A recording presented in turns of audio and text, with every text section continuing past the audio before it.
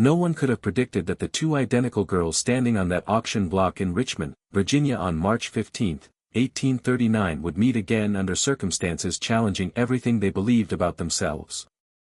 When I discovered this account, buried in the testimonies of former Underground Railroad conductors, I felt compelled to share this narrative with you.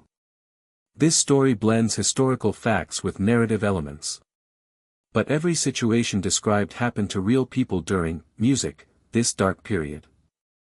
The separation of families at auction blocks was one of slavery's cruelest practices, documented in thousands of slave narratives and plantation records. But before we understand how two sisters born from the same womb could stand on opposite sides of an impossible, divide, we need to witness the moment their worlds were torn apart. The spring morning was cold. 7-year-old twins Sarah and Grace stood clutching each other's hands so tightly their knuckles had turned white. Their mother had been sold 3 days earlier, her screams still echoing in their memories as she was dragged away from the slave quarters. Now it was their turn. The auctioneer, a portly man named Silas Whitmore, pried their fingers apart with casual cruelty. Two healthy Negro girls, twins, strong stock from good breeding, he announced to the crowd of planters and traders gathered in the square. Sold separately or together, your choice, gentlemen. What happened next would determine the course of two entirely different lives. A plantation owner from Southern Virginia named Colonel James Hartwell purchased Sarah for $300. She was loaded onto a wagon with 6 other enslaved people, her eyes never leaving her sister's face until distance made it impossible to see. Grace, meanwhile, was bought by a trader named Theodore Brennan, but not for plantation work. Brennan specialized in supplying domestic servants to wealthy northern families. The light-skinned, well-formed girl would fetch a premium price in Philadelphia or Boston. This is where the story takes a turn that left me speechless when I first read about it in the archives. Grace's journey north ended not in servitude, but in an act of extraordinary circumstance that occasionally punctuated the horrors of that era. The ship carrying her and 12 other enslaved people to Philadelphia was intercepted by a violent coastal storm off the Delaware coast. In the chaos, as the vessel began taking on water, the chains binding the cargo broke loose. Grace, small and terrified, found herself swept overboard along with 3 others. Only she survived, washing ashore near a small Quaker settlement in New Jersey. She was found by Abigail and Thomas Whitfield, prominent abolitionists who had no children of their own. The girl was barely conscious, hypothermic, and mumbling about her sister. The Whitfields nursed her back to health. When no one came to claim her, Brennan had reported her lost at sea and collected insurance.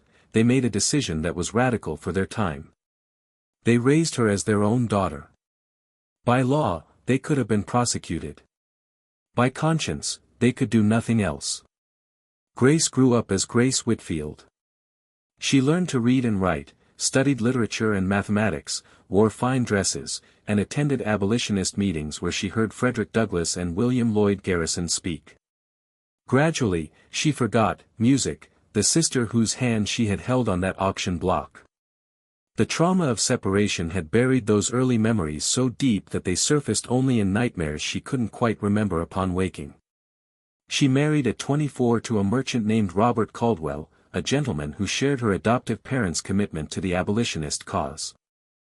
When the Whitfields passed away in 1860, they left Grace their estate in southern Pennsylvania, a modest but respectable property with a 2-story house and 30 acres of farmland. What Grace and Robert did with that property would bring her face to face with a past she, didn't know she'd forgotten. Meanwhile, Sarah's life had followed the trajectory of countless enslaved people in the Deep South. Colonel Hartwell's plantation, Ashwood, was a tobacco operation worked by 147 enslaved men, women, and children. Sarah grew up in the fields, her hands becoming calloused before her 10th birthday. She was whipped for the first time at age 9 for picking too slowly. She learned to make herself invisible, to avoid eye contact with the overseer, to endure. She married at 16, not by choice, but by the colonel's order to a field hand named Marcus. they had 3 children together. 2 survived infancy. Sarah loved Marcus with the fierce, desperate love of people who know everything can be taken away at any moment, because it had been before and it could be again. When I read music about this part of the story, I couldn't help but wonder about the memories that might have lingered in Sarah's mind. Fragments of another face exactly like her own, another small hand in hers, a connection severed but never completely erased. In the spring of 1862, with the Civil War tearing the nation apart, Marcus made the decision that would change everything. Ashwood Plantation was in chaos. Colonel Hartwell had died at Bull Run, and his son Edmund was struggling to maintain control as enslaved people began escaping in increasing numbers. The Union Army was advancing through Virginia, and freedom was no longer an impossible dream. "We're leaving," Marcus told Sarah one night in their cabin. "Tomorrow night." The children, too. They left on May 3, 1862, music, joining a group of 11 others following a conductor on the Underground Railroad known only as Moses, though not the famous Harriet Tubman. This Moses was a free black man named Isaiah Cooper, who had made the treacherous journey 17 times. They traveled, music, by night, hiding in swamps during the day, moving north through a network of safe houses operated by Quakers, free blacks, and sympathetic whites. The journey took 26 days. Music, Sarah's youngest child, 4-year-old Ruth, nearly died from fever in Maryland. They were almost, music, caught twice by slave catchers. Marcus took a bullet in his shoulder during one encounter, but survived. They pressed on, driven by a desperate hope that somewhere north of the Mason-Dixon line, their children might grow up as human beings rather than property. On June 1, 1862, exhausted, starving, and barely able to walk, they arrived at a station on the Underground Railroad in southern Pennsylvania. The station was a farmhouse owned by Robert and Grace Caldwell. Music, Grace answered the door that night carrying a lantern against the darkness. She saw 6 desperate people on her doorstep, a man with a blood-soaked bandage on his shoulder, a woman holding a sick child, music, 2 other children clinging to their mother's skirt and 2 others from their escape group. Her heart, trained by years of abolitionist conviction, responded immediately with compassion. "Come in quickly," she said, music, ushering them into the house. "You're safe here." For 3 days, the Caldwells hid the group in their cellar, while Robert arranged transport further north to Canada. Grace tended to Marcus's wound and nursed little Ruth back from the edge of death, music, with careful applications of cool water and feverfew tea. Sarah, gradually regaining strength, helped with household tasks, music, grateful beyond words for this sanctuary. It was on the 3rd evening that the impossible recognition occurred. Grace was bringing food to the cellar when she truly looked at Sarah for the first time, music, not as one of many desperate souls passing through, but as an individual. The lamplight fell across Sarah's face, and something in Grace's chest seized. Sarah looked up and their eyes met with an intensity that made the air feel heavy. Neither could breathe. Neither could speak. They stood, music, frozen, separated by 3 feet and 2 decades of entirely different lives. "I know you," Grace whispered finally, her voice, music, trembling. "I don't know how, but I know your face." Sarah's hands began to shake. Memories she'd forced into darkness came flooding back with devastating clarity. The auction block. Music, the cold morning. Small fingers pried apart. A face exactly like her own, receding into the distance. Grace. The name, music, emerged from somewhere deep, a name Sarah hadn't spoken in 23 years. "How do you know my name?" Music, Grace's lantern wobbled in her hand. "Because you're my sister," Sarah said, tears streaming down her face. "We were sold on the same day. Richmond, Virginia, March 15, 1839. You were wearing a brown dress with a torn hem. The auctioneer tore us apart.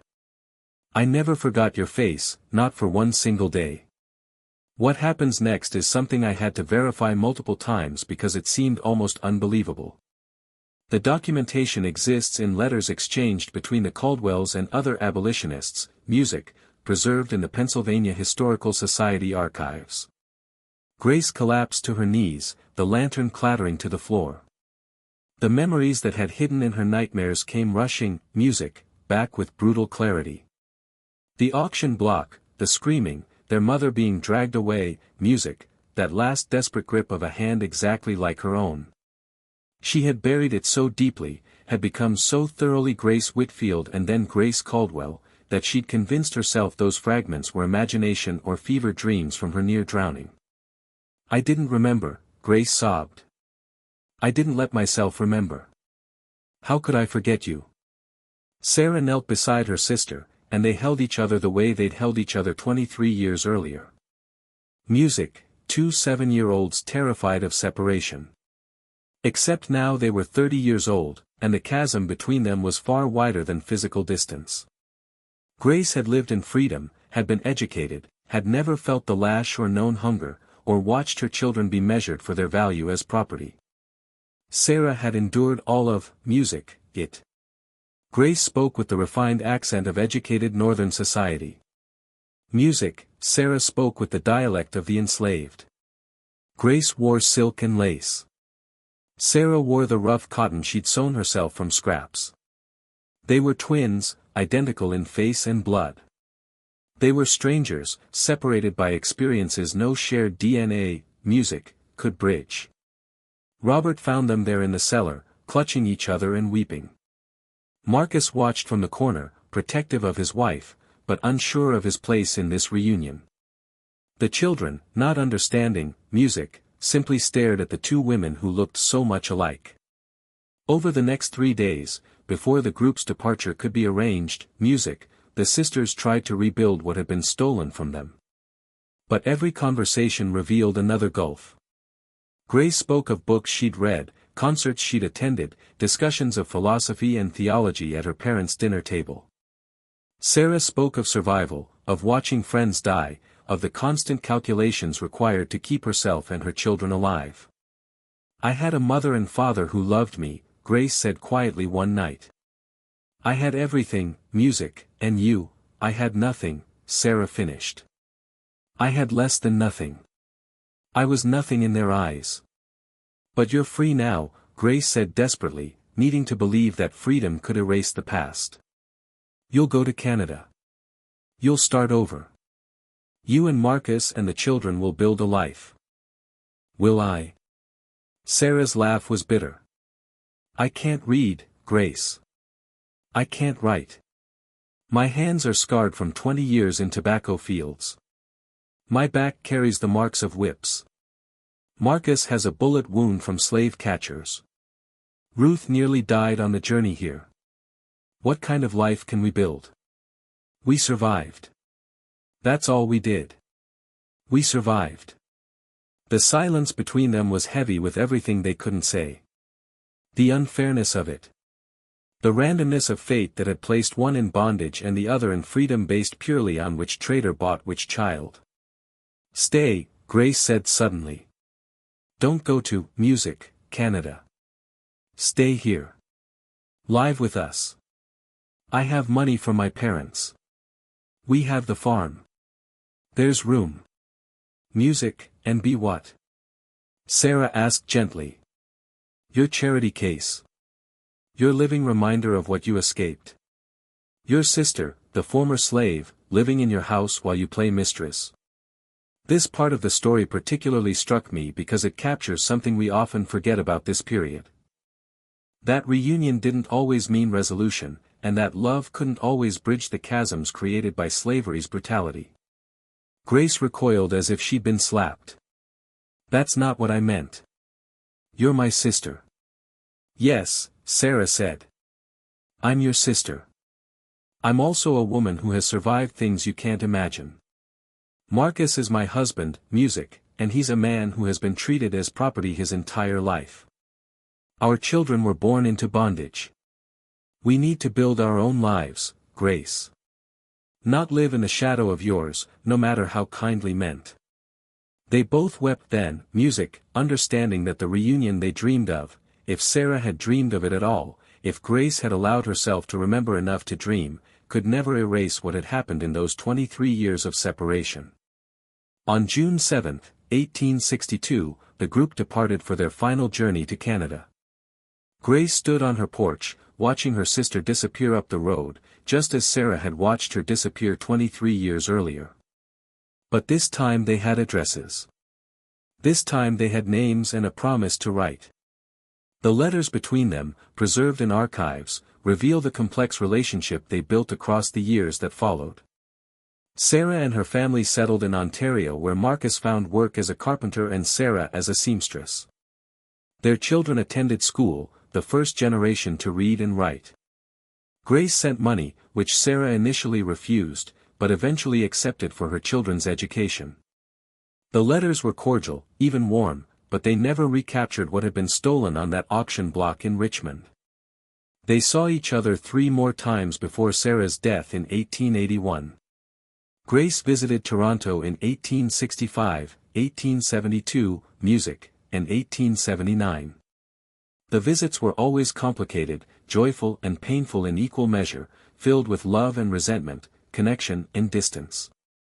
They were sisters who knew each other's faces but not each other's lives, separated not just by geography but by the unbridgeable chasm of their divergent experiences.